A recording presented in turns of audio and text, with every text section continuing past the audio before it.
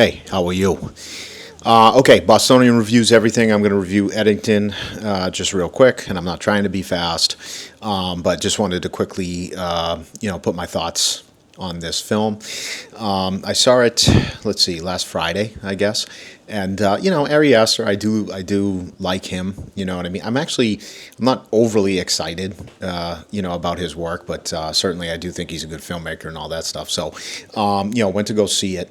I got to say, like everyone says, not everyone, by the way, it is very divisive, but yeah, everyone's like, oh, the first half kind of had me laughing, and there was a couple jokes in there, but I felt myself, I was just like bored for the first like 50 minutes, and I'm in a AMC A list, so I was like, do I walk out of this one? You know what I mean? But fortunately, I hung in there, and the second half of it just kind of devolved into, what it devolved into, and I was kind of like, man, what is he really going for here? And there was some interesting parts for sure.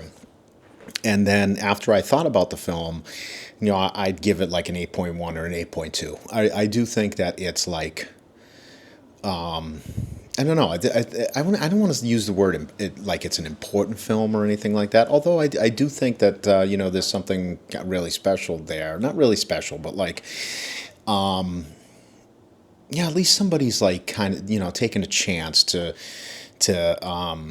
kind of define, what reality we're living in, and I think that's kind of the most important thing that an artist, well, I wouldn't say, I think that's the most important thing an artist can do. I do is to try and put reality into perspective, and to try and put a mirror up with no like pretension, not being pretentious about it and stuff like that. And I didn't really sense any ego or pretentiousness in the film at all. Taking a look back on it, I think Joaquin Phoenix has a pretty nuanced, interesting performance. I like Pedro Pascal in this too. I actually liked how much mystery revolved around the other characters. So I know that one of the critiques is that there's we could have explored characters with more depth and stuff like that. But I think it was perfect, just the way that they were kind of laid out. So I'm talking about Emma Stone's character. I think there's just so much mystery there, and I think that's what makes it interesting. I think like going into her character. Number one, the film's already 2.5 hours. So, I mean, if we're going into every character, like her and Austin Butler, I think Austin Butler again, like. We see the surface, but there's also, we can sense there's a lot of kind of mystery behind his character and like what he actually does and what the fuck's going on. I don't know. I think that is the element that really makes it, interesting as far as their characters are concerned. And then we explore Joaquin's character. And then also, I think we explore the themes of the film, like through him, and I think that the layers that are exposed through Joaquin Phoenix during the course of the film ended up to me to be, really fascinating, really interesting. And I know some people, I think, have problems with the film because they still have an emotional response to the things that were going on throughout 2020. And I think the idea behind the film is to take a step back and really expose I guess you could say almost like social engineering of the entire situation. So the fact that people do get emotionally involved, has been kind of engineered. I think this is a very important point for us in this reality nowadays, where media and tech industries can really drive home repetitive images over and over again, and repetitive messaging over and over again that can influence actions.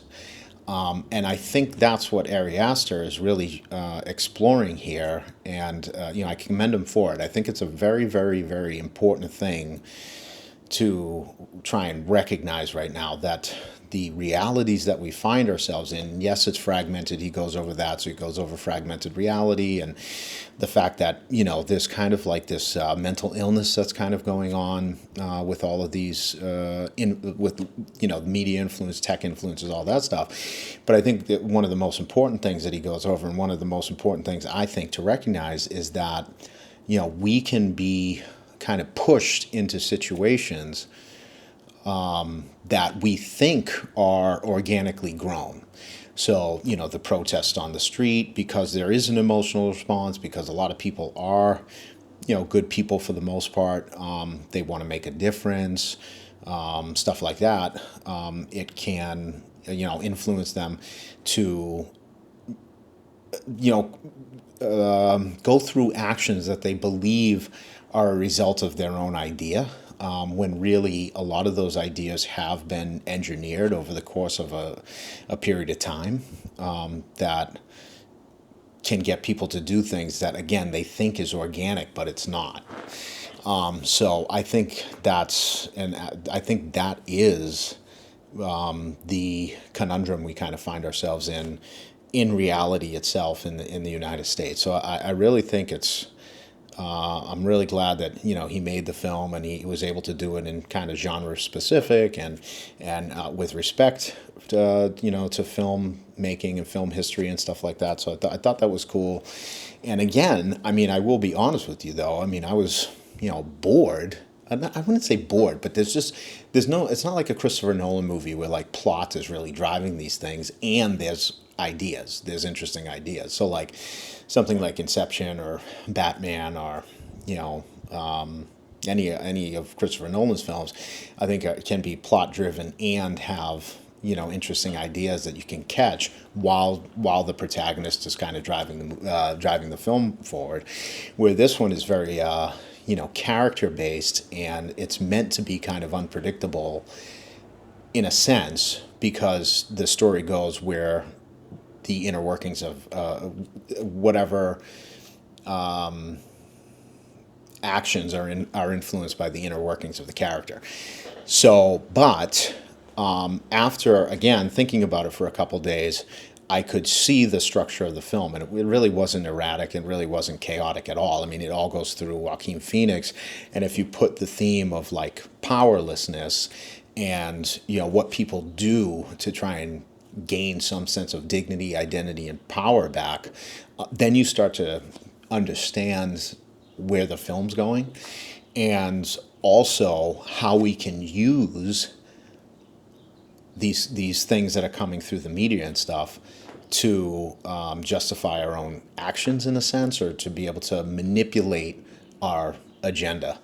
And then, of course, that becomes a very giant layer, in the grand scheme of things. So absolutely like an 8.1, well, let's just do a definite number.